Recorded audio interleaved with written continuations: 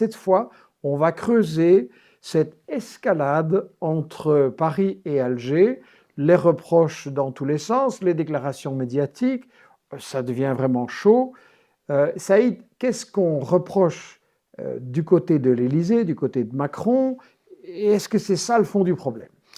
Pour répondre à cette question, on peut soit en rester, comme le font la plupart des grands médias, au prétexte, c'est-à-dire à ce que dit explicitement Emmanuel Macron, comme on peut s'intéresser aux causes, c'est-à-dire à recontextualiser ce conflit pour essayer de le comprendre. Au niveau du prétexte, on a affaire à des faits divers. On a affaire à un désaccord sur le devenir judiciaire d'un écrivain algérien qui est arrêté en Algérie et qui doit passer en jugement et que la France estime être un manquement au droit de la défense. Elle estime que c'est un prisonnier politique. Elle estime que c'est un prisonnier politique et que l'État algérien est un État dictatorial en faisant cela. La France, elle est très clean au point de vue prisonnier politique. Ah, mais il suffit de regarder que la France emprisonne aujourd'hui depuis plus de 40 ans le plus vieux prisonnier politique d'Europe, Georges Ibrahim Abdallah, dont on sait qu'il est innocent. Ça est aujourd'hui prouvé, dont les juges ont décidé la libération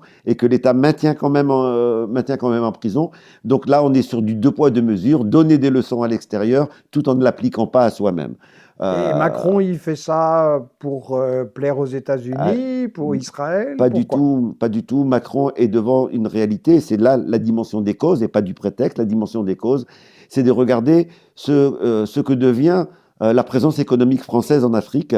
Nous sommes dans une étape de secondarisation depuis maintenant près d'une décennie de l'impérialisme français en Afrique. Il a été en Afrique de l'Ouest rejeté par des pays comme le Mali, par le Niger, par le Burkina Faso. L'armée française a été obligée de quitter également le Sénégal, également de quitter le Tchad. Au niveau économique, les intérêts économiques français reculent en Afrique de manière fulgurante, tout simplement parce que des pays, les pays émergents ou la Chine, proposent aujourd'hui des contrats moins léonins, des contrats moins exploiteurs avec les pays africains. Bref, on a aujourd'hui des capitaux français qui sont en grande difficulté dans un continent qui a toujours été essentiel pour l'économie européenne et en particulier pour l'économie française. Et je pense que c'est la volonté... Essentiel pour quoi? Les matières?